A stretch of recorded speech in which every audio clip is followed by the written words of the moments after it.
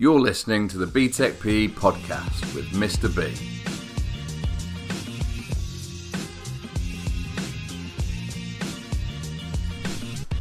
Welcome to the BTEC PE podcast. Today I'm going to be giving an overview of the fitness testing required for this course. Before we start, make sure you follow me on social media. So Twitter, Instagram, Facebook. Instagram's probably the best one to follow if you're studying for Unit 1 because I'm talking and illustrating all the different principles from Unit 1 all the time in my own training. So fitness testing.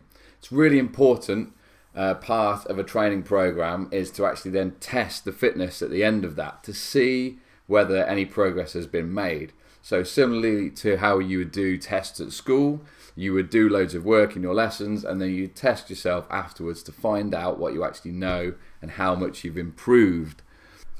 It's really important for coaches to be able to utilize testing before a training program and then after a training program to see how much progress the athlete has made towards the goals and the targets. So before a test needs to be done, there's a few things that you need to consider. First thing is you need to get consent from the participant. So that's usually a form explaining if there's any illnesses or medical needs or anything like that. Anything you need to be aware of when they're actually undertaking a physical test. Also, make sure equipment is calibrated. So does it actually measure accurately what it's supposed to measure? Also looking at the reliability and the validity of the tests. So the reliability means if you did the same test over and over again, would you get the same results? If there's loads of different variation in the results, it's unreliable. The validity of a test is how accurate the results are in respect to what is being tested. So the last point to consider is how practical the test is. So the majority of the tests that they've covered on BTEC PE are cheap and can test a large number of subjects at the same time or in a short amount of time. So on the other hand, there are a range of fitness tests that are really expensive, that are not time efficient and require special expertise to administer them. So people have actually had to have lots of training to be able to then test in the first place. Also, the analysis of the results, knowing what the actual results mean is really, really important. Moving on to the type of tests. Okay, so the sit and reach test tests a subject's flexibility. The hand grip dynamometer tests grip strength. So to test aerobic endurance, we've got the multi-stage fitness test and the forestry step test. Two separate methods of testing the same fitness component.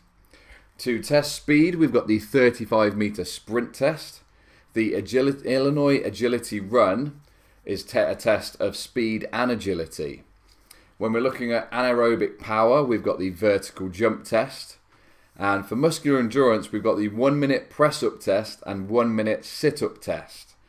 Now, there are 3 different types of body composition assessment. So we've got the body mass index, the bioelectrical impedance analysis, and the skin fold testing. Now, that summarises all the fitness tests you need to know for this course. Hopefully you've completed some of these tests in your PE lessons.